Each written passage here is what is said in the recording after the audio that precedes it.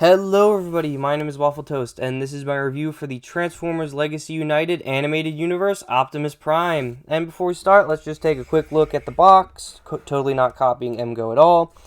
Front, side, back, side, top, and bottom. That's it for the box. Now on to the figure. Let's just do accessories first to get him out of the way.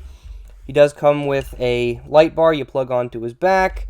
It's more for the fire truck mode, and just a quick thing to point out, when you have it plugged in on the back in robot mode, it does cover up two 5mm ports, just in case you were curious, which I doubt any of you were. The other accessory you get is his axe, and just wanted to point this out. I did have to cheat a little bit to have him holding it with two hands.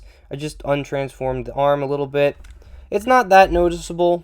You probably didn't notice it till I pointed it out. But it gets the job done if you want to have him holding the axe with two hands. And speaking of the axe, actually, I already was speaking about the axe. Oh, make sure he doesn't fall over. Here's the axe. The entire top part is transparent blue plastic, just painted, so beware of paint chipping and the fragility of clear plastic.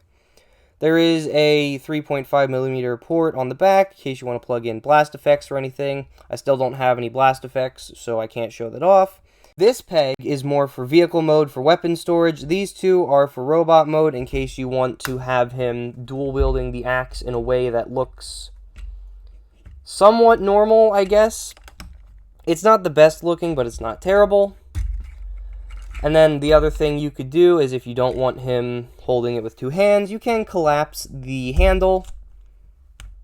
It will tab in. I don't know if you can hear the click. When you pull it out, it will tab in. And then when you push it back in, it will also tab or click in. There's that. And then you just plug it into either one of his hands. And now he's holding it with one hand. That's about it for accessories. And there's a gnat flying all over. That's going to get pretty annoying. Hold on. Now he's dead. Alright, moving on.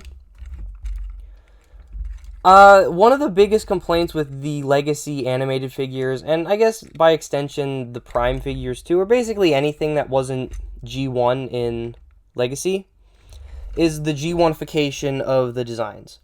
Now, it's not too bad, but you can see, comparing it to, I mean, I'm not going to edit in a picture, so I don't know why I'm saying comparing it to. If you go look at the animated designs, or even any of the toy designs, the toys were pretty accurate. They were all, like, I don't know how to describe, they were smooth and accurate, I guess. But you can see it's blocky. It's not that big a deal, since, again, it's a toy, and I don't really care personally. But a lot of people did complain about that, and I see where they're coming from. One thing I don't like about this design, and it goes for the design as a whole, is Optimus Prime's head. I never liked the blue face. It looks weird to me, and it's sort of off-putting, especially with the lips. I just don't like it. There was leaked images of a head with a battle mask, and that never got released on normal Prime colors. It is coming out sometime soon in a Target 4-pack on Nemesis Prime, which I might try to get. Maybe just get Nemesis Prime loose. I don't know. But with that aside, let's move on to articulation. Head is on a ball joint. It can do a 360. It can look up that far. It can look down that far. It's on a hinge thing. Can move side to side too.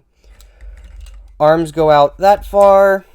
They can do a 360 because they are on a mushroom peg for some reason. Bicep swivel. It's on a mushroom peg. Double jointed elbows, which look fantastic and is great for posing. Hand can swivel. It is on a ball joint. I wish more figures would do this because it's just really clever engineering and it works well. There is a waist swivel. Legs can spread that far. They can go forward that far. Back that far. There's a thigh swivel. Knees bend way past 90 degrees. They even bend forward too a little bit, but I think that's more for truck mode. So, yeah, that's pretty much it for the figure. So with that being said, let's get into the transformation. Alright, I was like halfway through the transformation when I realized I forgot to do size comparisons. So, here's that. Whoop. Here is Chief and Kiryu. Oh, he's not standing up straight. There we go. Chief Kiryu. And I got a tape measure this time, so hopefully the sizes will be a bit more accurate. So, he is just about 6 3/4 inches tall for the people who do not live in America.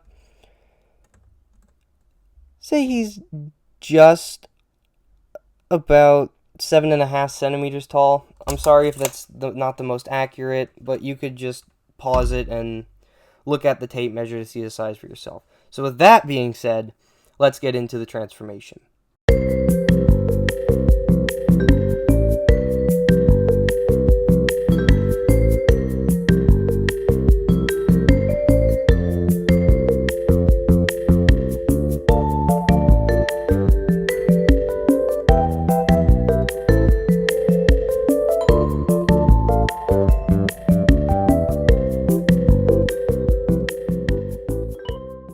Okay, quick summary of the transformation. Quick, simple, fun, easy, all those synonyms and whatnot. But now on to the truck mode. I gotta be honest, it's the weakest of the two modes. Don't get me wrong, front half, perfectly fine. I got nothing wrong with it. Then you get to the back, it's like, they didn't even try. I'm probably gonna go on a rant, to be honest. I go on rants a lot. I am never one to complain about kibble. Because I don't really care about kibble. It's fine. It's inevitable. Like, with most Optimus Primes, you either have the feet sticking off the back, or, like, it looks like a jumbled mess. But it usually looks fine. It's usually passable. This is not. This is literally them not trying. And I wouldn't mind it that much if they just did the one thing that they boast about every Optimus Prime having that comes out now, and it's a trailer hitch. Like, I can't even use a trailer on this guy. That's my biggest problem. Because if the feet really do bug you that much, you can remove them, which I might if I ever display this guy in vehicle mode, but I probably won't. But yeah, you can remove the feet.